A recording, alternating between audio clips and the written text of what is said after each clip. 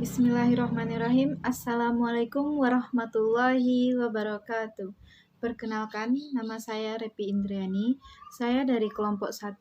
Di sini kami akan membahas tentang termokimia dan terlebih dahulu saya akan membahas tentang peta konsep serta materi prasyarat dari termokimia ini. Sebelum kita membahas peta konsep dan materi prasyarat dari termokimia ini, alangkah baiknya saya akan sedikit menjelaskan tentang termokimia ini. Nah, termokimia ini adalah bagian dari ilmu kimia yang mempelajari antara kalor atau energi panas dengan reaksi kimia atau proses yang berhubungan dengan reaksi kimia. Kemudian termokimia ini akan banyak hubungannya dengan pengukuran kalor atau proses-proses dengan perubahan struktur zat. Misalnya yaitu perubahan wujud atau perubahan struktur kristal. Selanjutnya langsung saja kita ke peta konsep dari termokimia ini. Termokimia ini meliputi dua. Yang pertama hukum kekekalan energi dan yang kedua adalah reaksi eksoterem dan endoterem. Nah, untuk lebih jelasnya nanti akan dijelaskan oleh teman saya yaitu Misla Agustina. Di sini saya akan menjelaskan sedikit tentang reaksi eksoterem dan endoterem. Reaksi eksoterem ini adalah reaksi yang melepas kalor dari sistem ke lingkungan, sehingga kalornya nanti dari sistem akan berkurang. Sedangkan reaksi endoterem ini adalah keterbalikan dari reaksi eksoterem, yaitu reaksi yang menyerap kalor dari lingkungan ke sistem, sehingga kalornya nanti dari sistem akan bertambah. Selanjutnya untuk mengukur hukum kekekalan energi ini, yaitu harus adanya perubahan energi panas atau delta E. Nah, pada P konstan disebut juga dengan perubahan entalpi atau delta H. Nah, perubahan entalpi ini atau delta H ini diukur dengan cara hukum Hess, kalorimeter, dan data. Nah, ketiga ini adalah cara untuk menghitung dari perubahan entalpi. Nah, di sini bunyi dari hukum Hess itu adalah perubahan entalpi reaksi hanya tergantung pada keadaan awal dan keadaan akhir, tidak tergantung pada jalannya reaksi. Nah, untuk kalorimeter, yaitu suatu alat instrumen yang diukur untuk mengukur perubahan kalor yang menyertai suatu reaksi. Untuk datanya di sini terbagi dua lagi, yaitu delta H dan energi. Selanjutnya dari perubahan entalpi ini, yaitu terdapat persamaan termokimia. Sedikit menjelaskan, pada persamaan termokimia ini, selain menyatakan jumlah mol dari reaktan dan jumlah mol produk, juga menyatakan jumlah kalor yang dibebaskan atau yang diserap pada reaksi tersebut. Dan untuk menyatakan besarnya perubahan entalpi yang terjadi pada reaksi kimia ini, digunakan satuan Kj. Dan perubahan entalpi dalam molar digunakan satuan Kj per mol atau Kj mol min 1. Nah, di sini saya akan menjelaskan bagaimana cara mudah kita atau kita tidak merasa sulit dalam memahami materi termokimia ini. Nah, di sini saya akan menjelaskan materi prasyarat apa saja yang harus kita pelajari sebelum kita mempelajari materi dari termokimia ini. Untuk materi prasyarat yang pertama adalah ikatan kimia. Di sini ikatan kimia itu sangat erat hubungannya dengan persamaan termokimia dan ikatan energi pada termokimia. Dan yang kedua adalah persamaan reaksi. Nah, karena dalam reaksi termokimia dapat dituliskan dalam bentuk persamaan reaksi juga. Tapi yang membedakan dengan persamaan reaksi biasa dan persamaan termokimia ini ialah dilengkapi dengan nilai delta H-nya. Dan yang ketiga adalah konsep mol. Nah, konsep mol di sini diperlukan juga dalam materi termokimia, karena di sini konsep mol di sini akan diperlukan dalam perhitungan perubahan kalor. Dan yang keempat adalah sistem periodik unsur. Nah, keempat materi itu tadilah yang menjadi materi prasyarat sebelum kita mempelajari materi termokimia ini. Dan agar kita lebih mudah memahami materi dari termokimia ini. Nah, untuk lebih jelasnya, dalam termokimia ini akan dijelaskan oleh teman saya nantinya, yaitu Misla Agustina. Dan sekian dari saya, wabillahi taufiq wal hidayah. Assalamualaikum warahmatullahi wabarakatuh. Assalamualaikum warahmatullahi wabarakatuh. Perkenalkan, nama saya Misla Agustina dari kelompok 1 akan menjelaskan tentang termokimia. Pada termokimia dibedakan menjadi dua reaksi. Yang pertama ada reaksi endoterm dan ada reaksi eksoterm. Pada reaksi ini terlibat ada sistem dan lingkungan. Sistem adalah sesuatu yang ada di alam semesta ini yang terfokus untuk dipelajari. Sedangkan lingkungan di luar dari sistem. Nah, pada eksoterm terjadinya pengurangan energi kalor dari sistem ke lingkungan sehingga menyebabkan pengurangan energi sistem. Energi sistem sama dengan entalpi sistem sama dengan entalpi produk dikurang entalpi reaksi. Itu lebih kecil dari 0 yang menyebabkan dia bertanda negatif. Endoterm itu kebalikan dari reaksi eksoterm. Nah, di mana kalor itu masuk dari lingkungan ke sistem, menyebabkan entalpi sistem itu semakin bertambah, ditandakan dengan tanda positif, yaitu entalpi dari sistem itu sama dengan entalpi produk dikurang entalpi reaksi lebih besar dari 0, menyebabkan tandanya positif. Pada reaksi ini ada yang secara langsung dan ada yang secara tidak langsung. Secara langsung itu menggunakan kalorimeter dan secara tidak langsung ditentukan perubahan entalpinya secara langsung dengan kalorimeter. Reaksi seperti itu perubahan entalpinya dapat dicari secara tidak langsung. Sebagai contoh yaitu entalpi pembentukan tidak sempurna karbon membentuk karbon monoksida atau CO. Tidak dapat ditentukan dengan kalorimeter, di mana reaksinya yaitu C dalam bentuk gas ditambah setengah O2 dalam bentuk gas terjadi reaksi CO dalam bentuk gas. Maka perubahan entalpinya itu berapa? Akan tetapi entalpi pembentukan karbon monoksida CO membentuk karbon dioksida CO2 dan entalpi pembakaran sempurna karbon C membentuk karbon dioksida atau CO2 dapat ditentukan dengan kalorimeter, yaitu reaksinya CO dalam bentuk gas ditambah setengah O2 dalam bentuk gas terjadi reaksi CO2 dalam bentuk gas.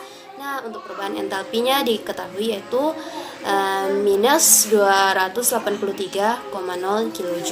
Nah, untuk reaksi berikutnya yaitu ada C dalam bentuk solid ditambah O2 dalam bentuk gas terjadi reaksi CO2 dalam bentuk gas. Perubahan entalpinya yaitu sebesar negatif 393,5 kJ. Untuk menentukan perubahan entalpi yang terjadi pada pembentukan karbon monoksida digunakan hukum Hess, di mana bunyinya perubahan entalpi delta H suatu reaksi tidak tergantung pada jalannya reaksi atau banyaknya tahap reaksi, tetapi hanya bergantung pada keadaan awal reaksi dan keadaan akhir reaksi atau sistem reaksi.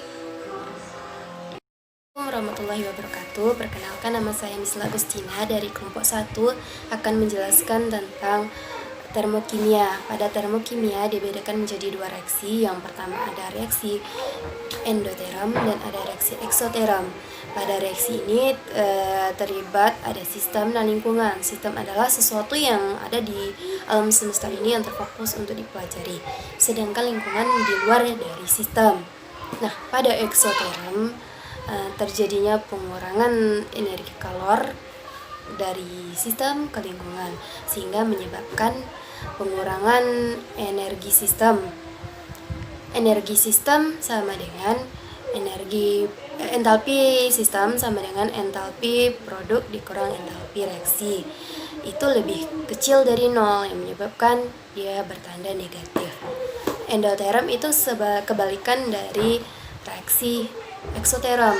Nah, di mana kalor itu masuk dari lingkungan ke sistem, menyebabkan entalpi sistem itu semakin bertambah, ditandakan dengan tanda positif, yaitu entalpi dari sistem itu sama dengan entalpi produk dikurang entalpi reaksi lebih besar dari 0, menyebabkan tandanya positif.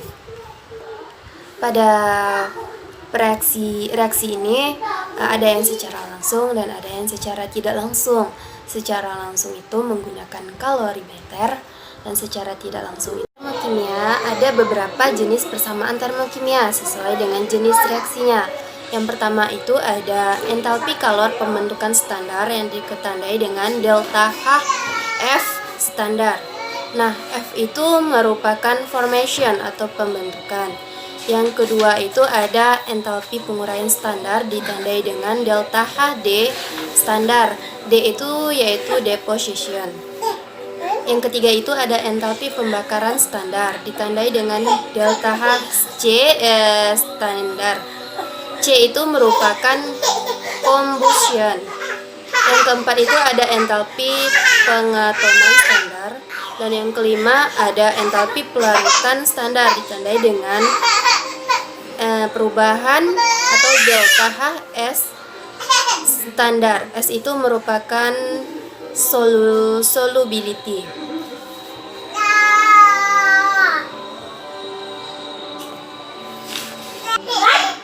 Penentuan perubahan entalpi atau delta H bisa ditentukan dengan dua cara, yaitu secara langsung maupun secara tidak langsung. Secara langsung itu menggunakan kalorimeter dan secara tidak langsung itu menggunakan hukum Hess. Kapasitas panas kalorimeter adalah kapasitas untuk menyerap atau melepas energi pada tiap derajat perubahan temperatur. Sering juga disebut sebagai ekuivalen air. Assalamualaikum warahmatullahi wabarakatuh. Saya Nurul Hafifah Yendriyadi, perwakilan dari kelompok 1, akan mempresentasikan tentang miskonsepsi pada materi termokimia.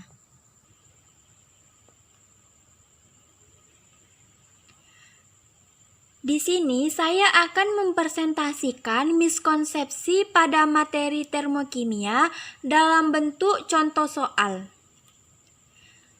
Adapun indikator pencapaian pembelajarannya yaitu siswa dapat menganalisis suatu reaksi endoterem dan eksoterem. Indikator soal yang pertama, siswa dapat menganalisis suatu reaksi endoterem. Contoh soalnya yaitu, dari pernyataan di bawah ini, manakah jawaban yang benar tentang reaksi endoterem? Di sini ada 5 jawaban yang akan dipilih tentang reaksi endoterem. Nah, jawaban yang paling tepat adalah B. Entalpi awal lebih besar daripada entalpi akhir, delta H-nya besar dari 0. Pembahasannya, reaksi endoterem adalah reaksi yang disertai dengan perpindahan kalor dari lingkungan ke sistem. Dalam reaksi ini, kalor diserap oleh sistem dari lingkungannya. Hal yang terjadi, H akhir lebih besar dari H awal, sehingga delta H-nya besar dari 0 dan bernilai positif. Jadi dapat disimpulkan bahwa pernyataan yang benar tentang reaksi endoterem yaitu entalpi awalnya lebih besar daripada entalpi akhir dan delta H-nya lebih besar dari 0. Adapun miskonsepsi yang terjadi pada soal ini, reaksi endoterem adalah reaksi yang disertai dengan perpindahan kalor dari lingkungan ke sistem. Dari pernyataan tentang reaksi endoterem tersebut, maka sebagian siswa akan beranggapan bahwa pada reaksi endoterem itu lingkungan akan melepaskan kalor untuk si sistem, yang mana kalor lingkungan lebih besar. Sehingga kalor pada lingkungan ini dapat memberikan kalornya untuk si sistem. Adapun siswa yang memilih jawaban entalpi awal lebih besar daripada entalpi akhir dan delta H-nya besar dari 0, siswa dengan jawaban demikian termasuk kategori salah dalam menafsirkan konsep, dan ini merupakan miskonsepsi yang terjadi pada soal reaksi endoterem. Yang kedua, indikator soalnya, siswa dapat menganalisis suatu reaksi eksoterem. Contoh soalnya, suatu campuran reaksi di dalam tabung reaksi menyebabkan tabung tersebut menjadi panas jika dipegang. Pernyataan yang tepat mengenai hal tersebut adalah, Nah, di sini juga ada beberapa jawaban yang harus dipilih dari pertanyaan yang telah disajikan. Dan jawaban yang paling tepat adalah D. Entalpi reaksi lebih besar daripada entalpi hasil reaksi. Pembahasannya, jika suatu reaksi kimia menghasilkan panas, maka reaksi tersebut merupakan reaksi eksoterm. Seperti yang telah disebutkan di dalam soal tadi bahwa dikatakan di soal dia menghasilkan panas. Nah, berarti soal tersebut merupakan reaksi eksoterm. Pengertian dari reaksi eksoterm adalah reaksi yang melepaskan kalor dari sistem ke lingkungan, sehingga kalor dari sistem akan berkurang.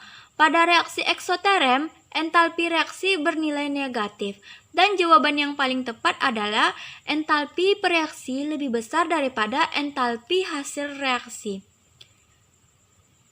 Miskonsepsi yang mungkin terjadi, reaksi eksoterm adalah reaksi yang melepaskan kalor dari sistem ke lingkungan, sehingga kalor dari sistem akan berkurang. Dari pernyataan tersebut, sebagian siswa akan beranggapan bahwa ketika sistem melepaskan kalor untuk lingkungan, maka entalpi sistem akan berkurang atau entalpi reaksi berkurang. Nah, jawaban di sini kurang tepat untuk soal yang nomor 2. Siswa dengan jawaban yang demikian termasuk kategori dalam kesalahan menafsirkan konsep.